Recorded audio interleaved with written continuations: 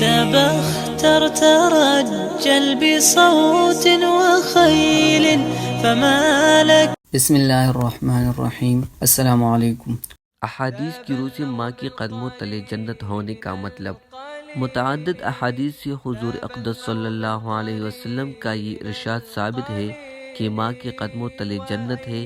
اس کا مطلب محدثین کرام نے یہ ذکر فرمایا ہے کہ ماں کے ساتھ تواضع اور نرمی سے پیش آنا، ان کو راضی رکھنا اور ان کے ساتھ حسن سلوک کرنا جنت میں داخل ہونے کا سبب ہے۔ واضح رہے کہ چونکہ ماں کے قدموں تلے جنت ہونے کا تعلق اولاد ہی کے ساتھ ہے کہ اولاد ماں کو خوش رکھ کر اور ان کی خدمت کر کے جنت کما سکتی ہے، اس لیے ماں چاہے نیک ہو یا گناہگار، مسلمان ہو یا غیر مسلم، سب صورتوں میں اس کی قدموں تلے جنت ہے۔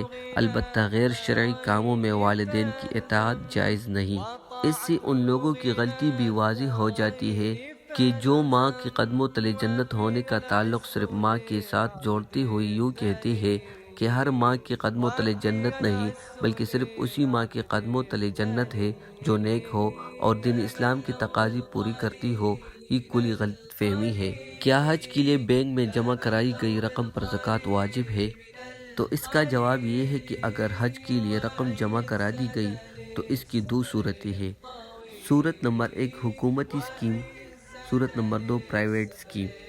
حکومت کی اسکیم میں جو رقم جمع کرا دی جاتی ہے، اس میں سے کچھ رقم پاسپورٹ اور ٹکٹ کے ساتھ واپس ملتی ہے، اور پرائیویٹ اسکیم میں رقم واپس نہیں ملتی۔ لہٰذا سرکاری اسکیم میں رقم جمع کرانے اور قرآن اندازی میں نام آنے کے بعد زکوٰۃ کا سال مکمل ہو گیا تو روانگی سے پہلے جو رقم واپس ملے گی، اگر وہ زکوٰۃ کا سال مکمل ہونے کے وقت موجود ہو تو اپنی زکوٰۃ کے حساب میں شامل کیا جائے گا، اور جو رقم حج کے اخراجات کی مد میں کٹ گئی تو اس کی زکوٰۃ لازم نہیں ہوگی۔